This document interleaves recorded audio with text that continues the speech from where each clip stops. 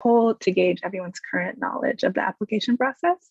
So if you look right now, you should see a poll which will be asking you to indicate your agreement with the following statement: I have strong knowledge of the graduate school application process.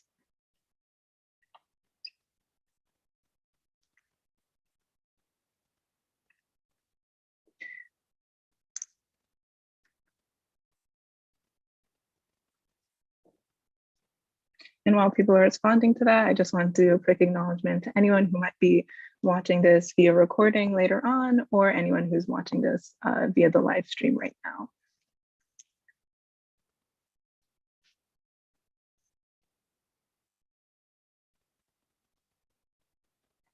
Okay, I think it seems like all of the poll results have come in. So I'm going to end the poll right now and share the results with you all. So as you can see, there's a kind of like variance in people's knowledge of the application process.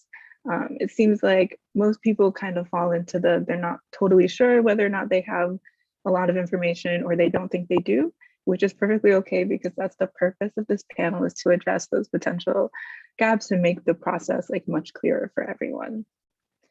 And so we have three incredible panelists who will be speaking today. We have Dr. Jacob Brandes, who is the co-director of graduate studies and a lecturer in physics at Harvard University. We have Dr. Ravana Popov, who is the Senior Associate Dean for Education and Strategy at the Pritzker School of Molecular Engineering at the University of Chicago. And then we also have Dr. Joe Chukalski, who is an associate professor in the Department of Physics at MIT. And before we fully move into the panel, just to make sure that everyone's starting from the same place, we prepared a quick like 5-minute presentation, just giving a general overview of the graduate school application process. So I'm going to go through that now, and then we're going to move into the panel.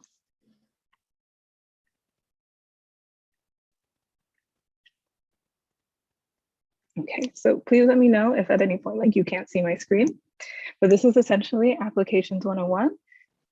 So there are basically 6 main components of the graduate school application.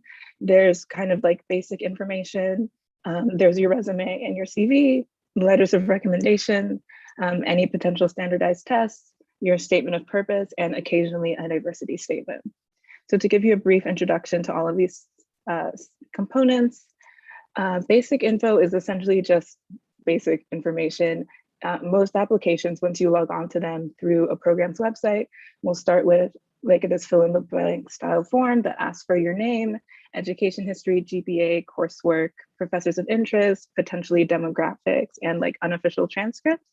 I would recommend that you start this part of your application first before you even maybe finish your statements and things like that, so that you have all of this filled out, and then later on, closer to the deadline, you can go back and upload the other documents. And then there's your resume / curriculum vitae. This is basically a summary of prior education, work experiences, and achievements. It'll typically include like your education at the top, which is like your current and past institutions and any awarded degrees. Then outline your research experience, any honors or awards that you've received, any publications or poster presentations that you've given, your leadership and work experience, and then your technical skills. And it's always a good idea to ask your current or former PIs for resume feedback prior to submitting your application, because they generally know what schools and professors are looking for when they read resumes.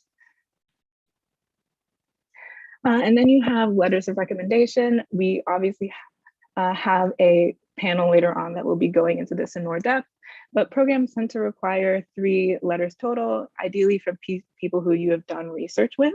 And as I said, we'll get more into that later on.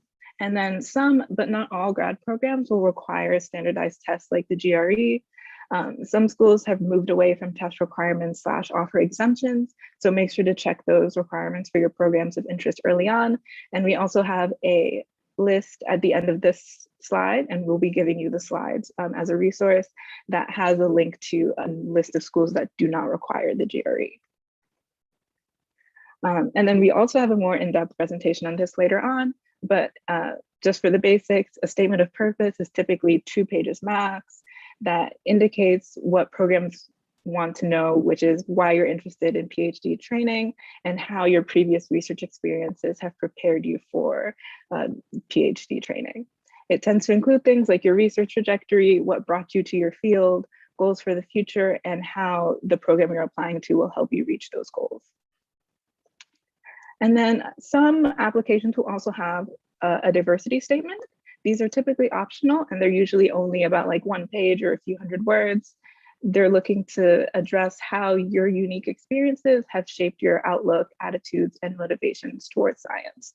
So what have these experiences taught you? What traits have you gained from these experiences, and how have they shaped your future goals?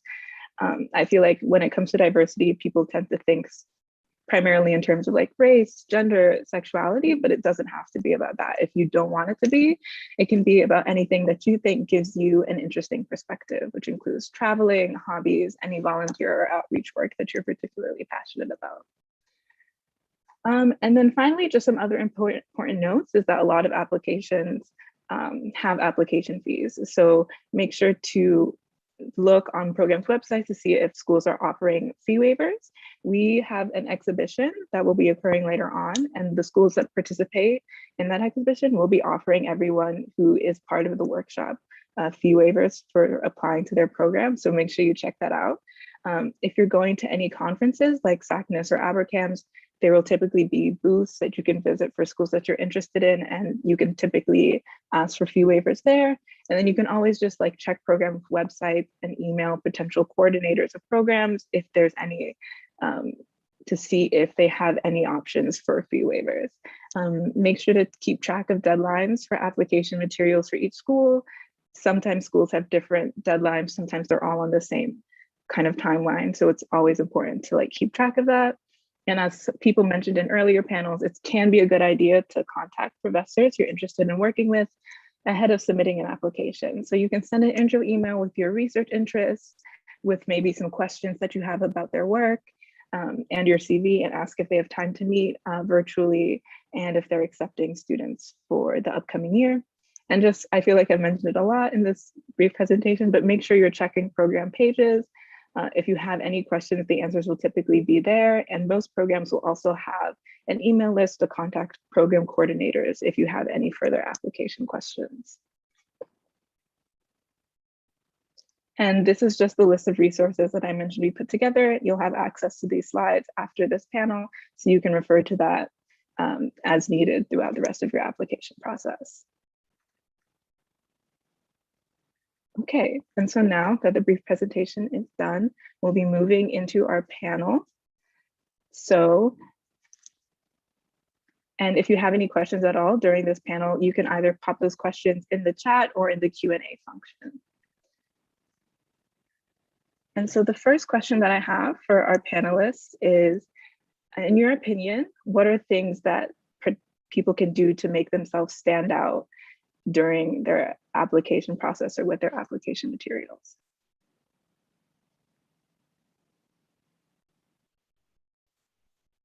And anyone can answer this first. Maybe Jacob, you can go first.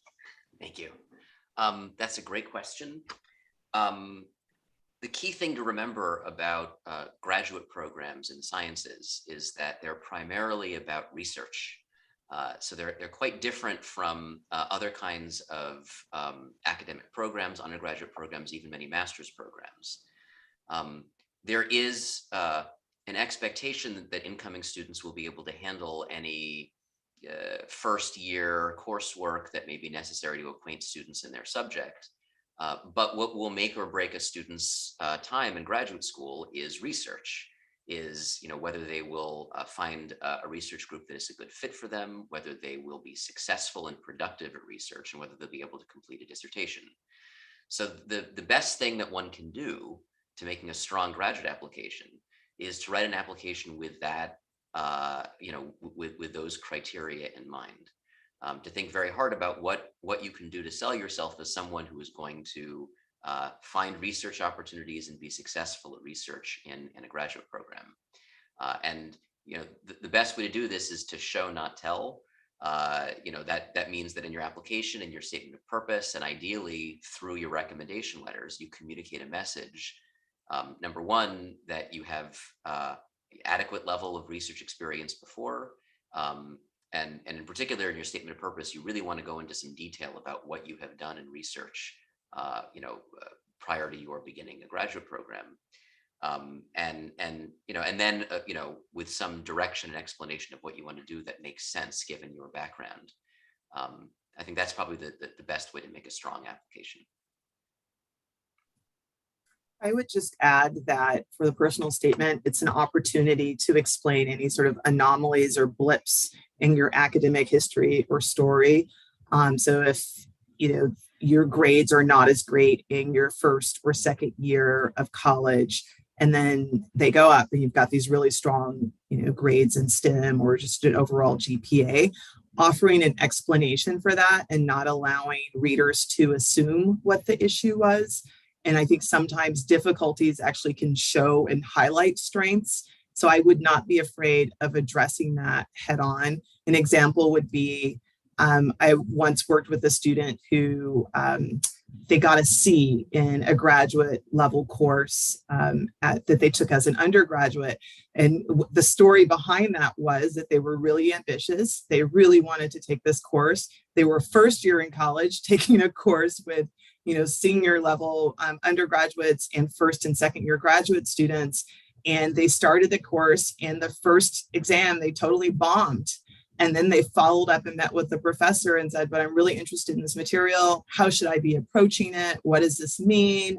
And then they aced the final exam. So they ended up with an average grade of a C, right? That story is not told just with the letter grade. And so they ended up both being able to talk about that difficulty, which showed ambition, it showed resilience, it showed dedication to the material. But then they also got this letter of recommendation from a professor who said this was one of the strongest students I've ever worked with as a first year.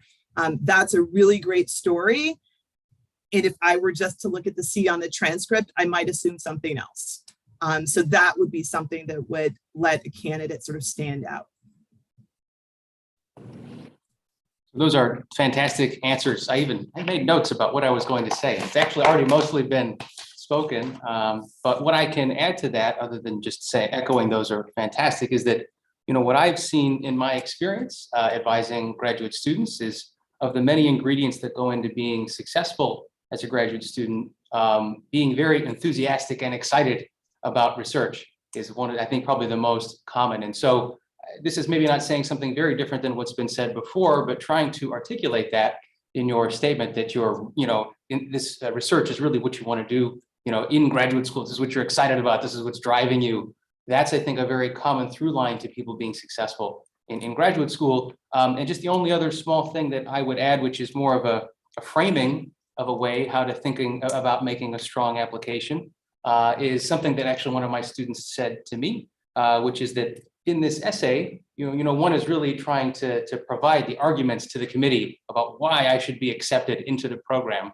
And to go a little bit further, I think you could imagine somebody reading your application, and maybe for a moment, they would say, well, I'm not so sure about this aspect of the application. You should be able to answer all of those things on the page. There's sort of no doubt that this person is a strong fit for the program. That's a very high bar, but I think it's something we can aspire to in this application. So that's what I have. May I just ask the hosts, there's a number of questions that have shown up in the Q&A. How should we handle the questions? Should we answer them as they come up? Should we wait until after we answer the scheduled questions? Yeah, I think that if you see a particular question that seems like currently on brand with what you're talking about and want to address it right now, feel free to do that. And then I'll also be going back after we answer the scheduled questions and condensing all of these and asking them too as well. So is there one that you thought you particularly wanted to answer right now? Yeah, there's a question about how much research successful applicants usually do. And do schools consider the fact that a student may not belong to an undergrad university that does research in the student's field? This is a tricky question. It can depend on many factors. The most competitive universities typically are looking for something like 2 full summers worth of scientific research experience, maybe a little more, maybe a little less. Many students will either, will have done that, maybe instead or in addition have done some research during the academic terms. But not necessarily any more than that. That said, a student who's applying to graduate schools in the sciences who has little or no research experience may have difficulty because the committee simply won't have any grounds on which to base a judgment about the student's ability to succeed at research. So I would say at a minimum, you really want to be aiming for something like 2 summers of scientific research. And if you if you attend an institution that doesn't have a lot of research opportunities, I highly recommend looking into REU programs, which can fund you to go to another institution or university for summer research. You may be able to locate other research opportunities that are somewhat less official. A really good resource is faculty at your institution, even if there aren't readily available research opportunities at your college or university. Faculty members may be able to direct you to colleagues elsewhere who are taking students.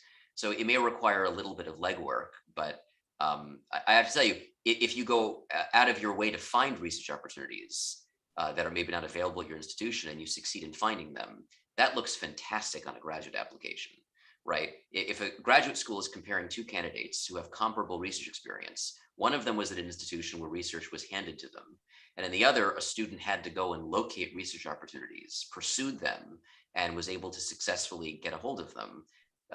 There's no question who the stronger candidate would be. And you should make sure to include that in your statement, because again, that won't be obvious to others. I will say too that there have been really great students that have been accepted, and PhD students who haven't had research experiences. They are exceptional students. They're doing a really good at explaining, a really good job at explaining why they didn't have access or why they weren't able to engage. Sometimes students have to work for income. And so if there's a research experience available where they have to choose between either, they don't necessarily, that's not a real choice for them. But the onus really is on the student. So then it's getting letters of recommendation where someone can sort of talk about your drive and your interest and maybe some of the skills that are related to research that you might have or have developed in another context. Again, it raises the bar because now you're really having to convince them that you haven't had research experience, but you can do it. But yeah, that's really where you want to work with your advisor directly and say, how do I show that I can do this? How do I tell this story? But yes, it's going to be really difficult. Just to add a tiny thing, I would say though, that if one does not have that experience and that's the situation that you're in, indeed, if you can draw on other experiences where you see parallels in doing project-oriented work, I think that is also very important to highlight, but then as was said before, that should be explained very clearly. If it's all right, I'd like to address one other question that just came up in the Q&A that's closely related. This is the question of the research you've conducted at your home school and elsewhere is in different disciplines, in addition to research in your own discipline. Does that make you seem unsure? I'd like to address that quickly because the truth is many undergraduate students don't know when they arrive in their undergraduate institution what they want to do. In fact, that's part of what going to college is supposed to be about, figuring out what you want to do. And if you're not exploring and trying out different possibilities, you're not doing college right. You should be trying to figure out what you like.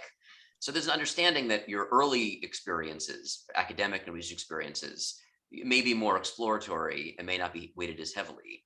But I think there is an understanding that your research experience is closer to when you apply to graduate school should be, more in line with what you want to do. It should make sense, that you're applying to the kind of graduate programs you are in the fields you're applying to, based on what you've done more recently. That said, all research experiences that are anything like the kind of research that you'd be doing in your field are useful and valid. They're good experience, and people you work with who write you recommendation letters about those experiences, that will be valuable. Students often ask, if I did research not in a university or college setting, but maybe at an industrial firm or something like that, but it was real research and it was somewhat related to what I do, should that count? And it does.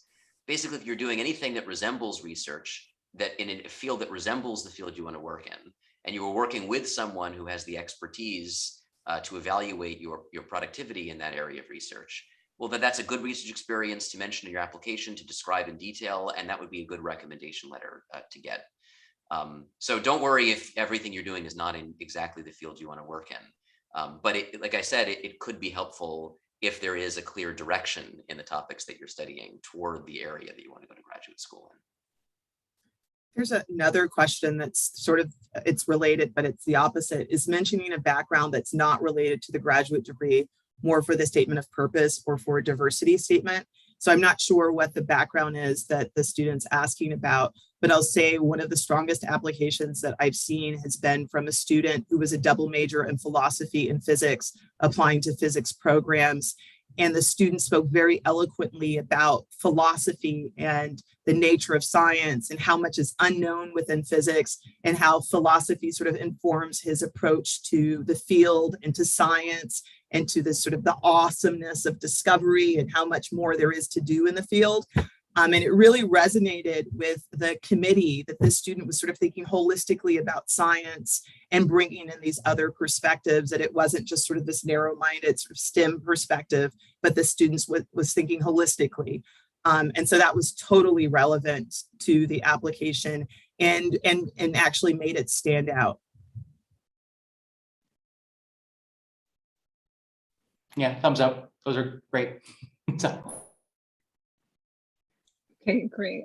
And so one of the other questions that I had was, I know that some schools kind of structure their departments differently. So some will have a general, for example, like biology, like sciences program, and then there'll be a bunch of different departments there that you can then like transfer into versus applying to a specific like targeted department. Do you have any advice on making a decision between those types of programs, or whether or not it's better to apply to a more general program and transfer later?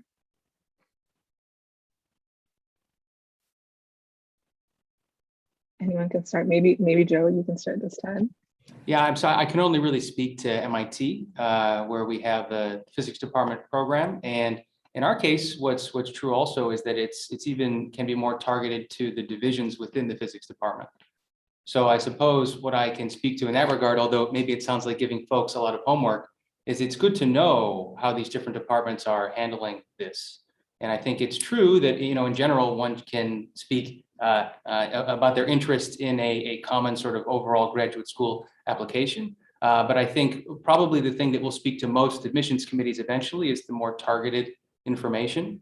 And so understanding which applications where that's sort of all one has to speak about, I think would be important. And whereas there are applications which are require a broader view, that would also be good to know. I think an excellent resource, though, for doing this, rather than having to search all of this out on the different web pages that are around, are precisely this program. Because I think there are a lot of people who have been through the graduate admissions program at pretty much any school you might be interested in.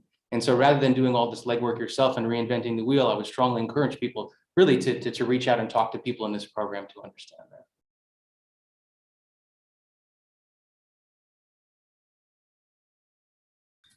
I just have to echo, we have students applying specifically to programs, and so it's hard for me to answer, which way to go. But overall, in applying to a PhD program, you really have to show that you've thought about what this project means, what you're going to be doing for the next 4, 5, 6, 7 years, depending on the program. And so if you're applying to a PhD program generally, but you're not sure where your passions are, where your real interests lie, for me, that would, be a question if I were reviewing the application. And often, sometimes you can apply to these general programs, but they're still looking for you to have put some thought into which of the areas, you're most interested in. So it's a little misleading to say you can apply to the general program. Yes, you can, but sometimes that's more of an organizational structure rather than, apply and then later on you can decide. So you really do have to signal that you know what this is about and that you're committed to it and that you're going to be passionate about it, because it's a tough road ahead. And it's not something, sometimes people focus on, oh, I want to be a professor, or I want to get a PhD. And it's not until they get into that PhD program that they understand like what the endeavor actually requires. So you really do want to be thinking about that, even if it is a general application. There's a question I think that's relevant that was added to the Q&A. The question was, does being sure what subfield you want to do or what kind of research you want to do factor into your acceptance? So what I'll just say is that, like many things, it depends. Certainly, if our admissions committee gets an application from an extremely strong applicant, and it's very clear this applicant would be a great person to have in our graduate program, then, if the student is not sure exactly what area of research they want to do, the feeling is going to be, well, this student will find some good research to do, and we really want the student to be here. But that said, graduate programs have in mind a sense of which faculty members are looking for students, where they want to take more students, what areas of research we're looking for students in. And the interest that a student indicates on their application is used by the admissions committee to figure out whether there's room for students in that area, to try to get a balanced incoming class.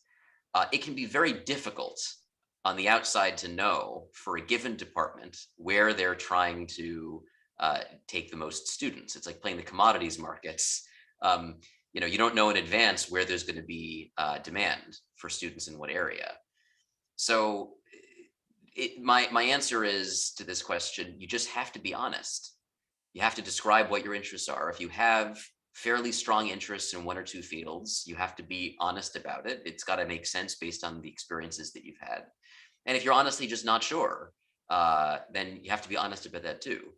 And that's kind of it. You just have to play the cards that you have. I don't think there's really much you can do. You certainly don't want to be dishonest at all about what you want to do. There are very few things I will say about an application that are fatal mistakes. Almost everything is a question of balance. If there's some areas that are a little weaker, they can be offset by areas that are stronger. But if there's any whiff that a student is not being completely honest and forthcoming on their application, that is a really fatal problem. So your best bet is just to be honest. And some departments are really they don't have a sharp sense of exactly what fields they want to fill, and others do. And you just have to go where it is. A follow-up question that I would have based on what you've all just said is, can you recommend any questions that people can ask themselves maybe as they're going through this process or prior to help clarify for themselves like what their maybe specific area of interest is or like could be, so that they have like a better understanding when they're trying to communicate this? What are the courses that you got really excited about? What are the research projects where you're working on it and you lose track of time and you realize, oh my God, it's midnight, it's 1 o'clock in the morning. Oh, I really got to get into the lab on Saturday because I want to see if I got any results. Like that's what will lead you into, because that's the passion and excitement that's going to sustain you when you're not getting the answers or when you're in a really tough situation.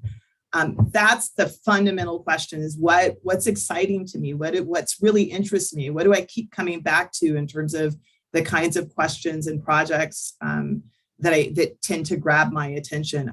That just seems so fundamental, not just to this, but to whatever life project you decide on. I mean, I think that's absolutely the fantastic answer. I think all I would add to that, having gone through something like that myself, is that at the same time, one should be able to pivot a bit. I mean, originally I knew my interest was in physics, and at first it was one kind of physics.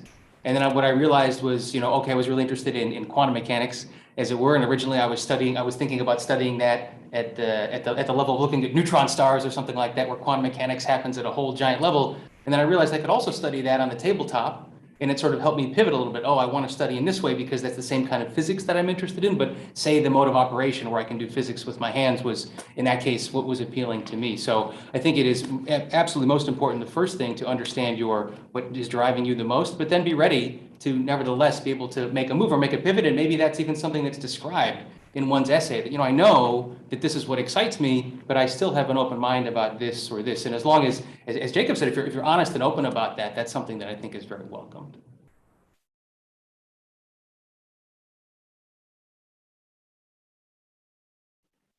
Okay. And then another question that I think I'm also seeing a few questions about in the chat is, when reaching out to professors potentially ahead of time, like what is the best way to approach that? if you do end up having a meeting with a professor, what are the best ways that you can prepare to actually meet with them and talk about their research? I'm happy to start with this one if it's okay. There may be differences of opinion here. In my experience, cold emails rarely work. They won't hurt you. The truth is that most professors get such an enormous volume of email that unless it's someone they already know or related to some ongoing project, they will often simply not respond. It's not a sign of disrespect. Oftentimes, they simply don't have the bandwidth to reply to cold emails. You're not going to hurt yourself. They're not going to remember that you emailed them 6 months ago, and then when you apply, they're going to say, "Oh, this was the annoying student who emailed me." They're not going to do that. The worst that happens is they simply don't acknowledge it. If you do want to try cold emailing a professor, there's some very useful advice I want to give. Number one, keep the email short. If you think it's short already, it's not short enough. Make it shorter. Get the email down to like 3 sentences max. You want to just establish that you're interested in the program, what kind of research you want to do, and if the person has any opportunity to chat or something. I suppose you could attach your CV, but it is highly unlikely that a professor is going to read your CV in a cold email. You just want to get the professor's attention so the professor can see in one quick glance what this email is about. And if they're interested in following up, then they'll reply, and then you can establish a rapport. But do not, under any circumstances, send a long email with lots of information. It will almost certainly not get read. A much more effective way to introduce yourself to potential people you might work with, and unfortunately this has been very difficult because of the pandemic, is to meet people in person where possible. The cases I've seen where prior contact with faculty members has been helpful to a student's application almost always takes place at a conference or a workshop of some kind, where the student bumped into a professor and they had a real conversation. So the professor could really see who the student was, ask questions, get to know the student a little bit. Those are the kinds of experiences where during the admissions process, I'll see comments from a professor saying, "Oh, I met so-and-so, and they were very impressive," right? So that's I think, really your best opportunity. And if there's not a conference or something like that, and you have any ability, to travel or visit one of these institutions, then if you can find some way to have a few meetings with professors of interest, this would be coordinated with the graduate program administrator or graduate program coordinator at the program, and you can find their email contact information through the relevant department website. That can also be a way to get to know people.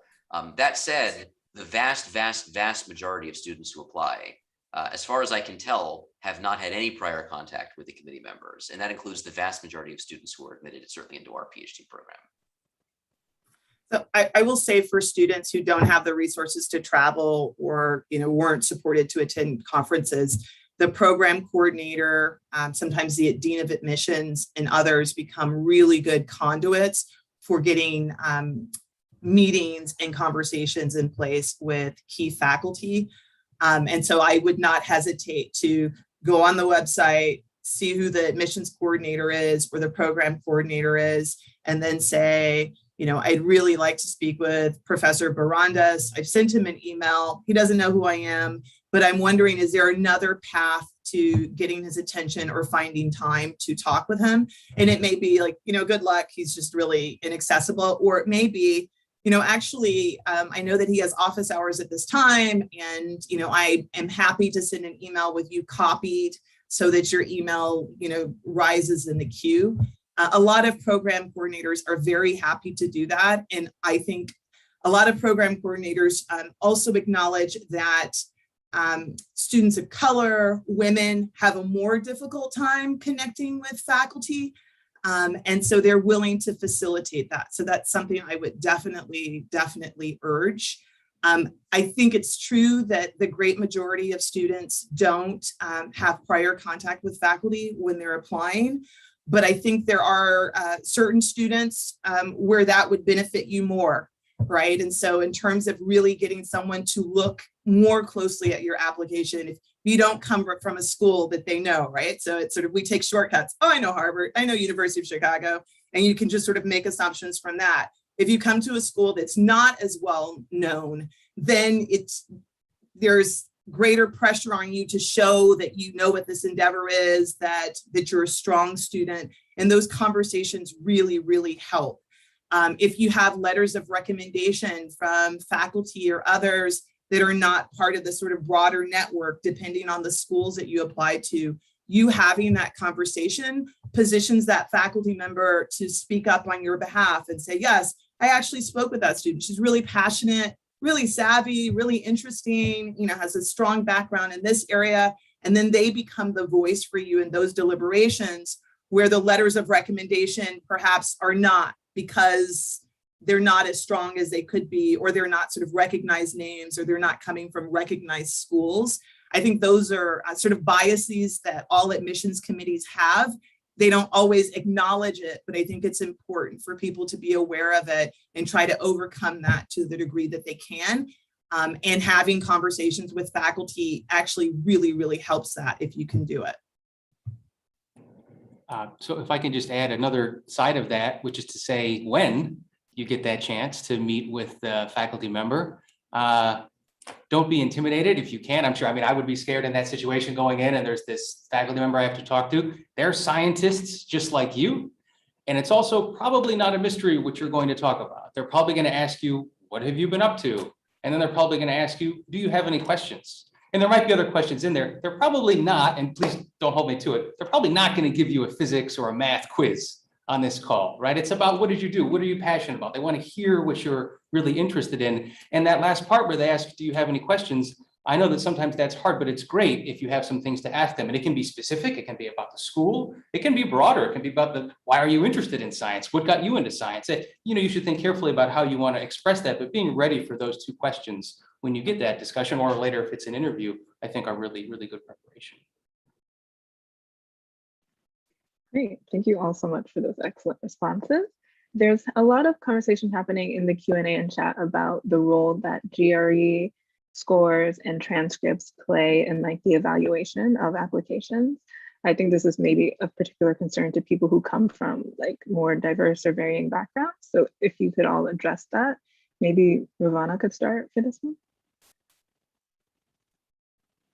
So I would just say at the very basic, there's a curriculum that's in place in every graduate program. And we want to admit students who can be successful within that curriculum. So the very basic level at the transcript, we're looking for coursework that shows that you are prepared to tackle that curriculum. And so, the University of Chicago undergraduate has a core curriculum, which means you're taking humanities and art history and all kinds of courses. And that may mean that your overall GPA isn't that strong, right? But your STEM courses, your calculus grades, all of that are superb. And maybe you didn't do so well in your art history course or your humanities courses. And so it's not the overall GPA you're necessarily looking at. It's those fundamental courses that are going to position you for success in the graduate program. And again, that's where the personal statement, where you can offer some explanations and sort of highlight areas where you've succeeded. But that's fundamental, and it's key for the applicant to understand that. The point isn't to get into a graduate program. The point is to get into a graduate program where you can be successful. And so at the very basic level, the transcript signals where you are prepared to actually succeed in the coursework. And again, it can be individual courses that people are looking at versus the overall GPA. You can have a really strong GPA, but not have taken a lot of the courses that are going to position you for success. So I would say that's a very basic answer for me. Could I follow up on the GRE question as well? Our physics program has made the GRE optional this year, and I know that can be somewhat confusing to students. So let me just say a couple of things about this. Certainly when our program, I can't speak for every program, but in my experience, when a program says that the GREs are optional, they really are optional. If you do not include the GRE score, general GRE, so there's the general GRE, which is sort of general test subjects, and then this subject specific GRE, like we have a physics GRE, there's GRE and other disciplines. When a program says it's optional, that really means that if you do not supply it, it will not harm your application. Your application will not be harmed by it. It will not be downgraded. It really will not be considered. So, but if it's optional, then why not? I mean, if it's not going to be considered, why even have it as a possibility? I think a lot of admissions committees simply have experiences where students from schools that they don't know very well, schools that might not be name brand schools, students who are international students from schools that are not very well known, or students who, for whatever reason, have any difficulties with the rest of their application, have an extremely high set of test scores. You know, they just did extremely well on the GRE, on maybe the general GRE exam, and maybe also on the subject exam. And that was something that got the admissions committee's attention in a positive way and ended up helping the student, get into the graduate program. And I think a lot of admissions committees simply don't want to forego that possibility, for better or for worse. What I think this means is if you're applying to a program for which the GRE is optional, if you feel like you have a very good reason to think that you would do very well in the GRE, if you've decided to, if you have the bandwidth to prepare for it, and you take some practice tests and it looks like you're actually doing really well on it, and you think that there is a good case to be made that a very high GRE score would strengthen your application, would really benefit everything else that was there, well, then I think it makes sense to supply a GRE score in that case. But if you don't think that's going to be the case, if you think the rest of your application is adequately strong, or you just don't think that your GRE scores are going to be high enough to supplement your application, then I simply wouldn't include it. Now, there was a question about what about programs that say that they're not accepting GRE scores at all. Well, if they're not accepting GRE scores at all, then you're certainly not at a disadvantage by not supplying a GRE score. But I would be lying if I didn't say that if you got a perfect score in all your GREs and it was listed on your CV, that would hurt you. Okay, that certainly would not be the case. So if you really have like a fantastic set of GRE scores and a school's not accepting it, but you're not 100% sure, you could certainly list it on your CV. But if a school is saying it's not accepted at all, then you can rest assured that not having it really will not hurt you. So just to shoot, a few short words, excuse me, that was maybe more about the GPA. I mean, I think something that is very commonly seen is when there is a trajectory in someone's undergraduate pathway, and that is extremely important.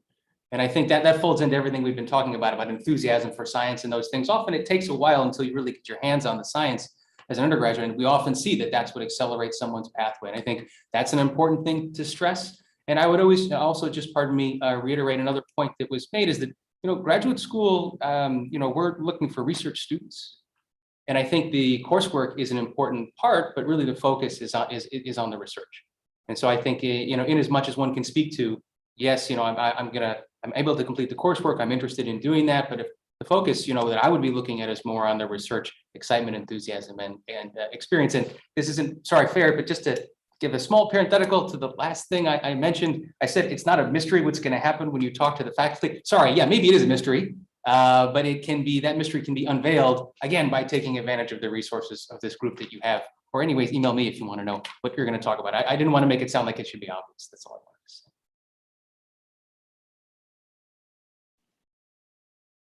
Great. We have about just a few more minutes, but there was one more question I wanted to touch on, and maybe we can address this at the same time, which is there anything that stood out specifically to you all from non-traditional students when evaluating their applications? And then also, is there any specific advice for international students in regards to approaching the application process? I will also add that we do have a panel on applying as an international student and coming from a non-traditional background that should be occurring later on during the workshop. If I could just quickly, I have a really quick answer to this. Initiative. Yes. Initiative is what stands out. So when I think about non-traditional students who really wowed us during the application process, I'm thinking about, there was one student who went to a state university that was definitely not a name brand school. It didn't have a lot of graduate level coursework or research opportunities. So the student traveled around, got in a car and drove to other places to take advanced coursework and to get research opportunities. And we looked at this and we were just blown away that the student was so passionate about research, so passionate about getting a hold of opportunities, that we were just like, if the student comes here, they're going to take advantage of all of our amazing resources and they're going to do fantastically. They're not going to need any motivating or pushing. And we were completely not surprised. The student got here and just did fantastically well in graduate school. Graduate school is a long, rewarding, challenging, enriching, but difficult process. It requires sustained motivation over a period of time. And to the extent that you can get across in your application that you take initiative, you take opportunities, you have sustained motivation, you're self-motivated, like those are the things that really jump out to us, especially for students from non-traditional backgrounds. So that's all I would say about that question. I think that's my strongest answer there.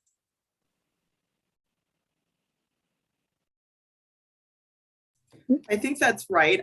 I want to say that sometimes there are these narratives about sort of privilege and underprivilege. And I always say people from non-traditional backgrounds have had to succeed on multiple planes in multiple worlds and speak multiple languages. Those are all strengths. And so I say to people, someone who's never been tried and has had all of the challenges in front of them removed, I still don't know what their worth is because they haven't been tested. People who've met the challenges and been tested over and over again, there's a record there that I can look at and judge, right? So sometimes what you see with the best students, strong GPAs, strong letters of recommendation, coming from strong schools, they get to graduate school and bomb because like, oh, like now I'm expected to be an independent actor. My parents aren't there to advocate for me. I don't have this sort of faculty patron who was my advisor through 4 years. Like, oh, this is really hard. I don't know what to do. Like graduate school is not the best time to experience that for the first time. So if you've experienced challenges before, and again, this is where the personal statement becomes really, really important, and you shouldn't discount difficulties.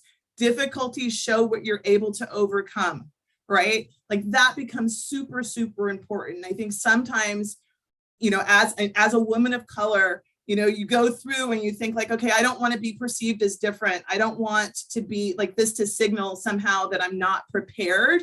And, you know, at my age, what I've realized is like, actually, those are all things that have prepared me. And I need to be proud of that and talk about it confidently. And I am going to stand out relative, again, to someone who's never been tested or tested in the same ways. I think we all have tests. It's just you know, sort of how we talk about those tests and experience them. But that's really something I just like to leave with all of the students on this panel is you are being shaped, informed, and this is all positioning you for success, but embrace that and talk about it in that way. Yeah, those are just fantastic answers. And I would only just echo that is extremely true also in my own subfield of experimental science. You know, what my students do in the lab every day is mostly the experiments fail.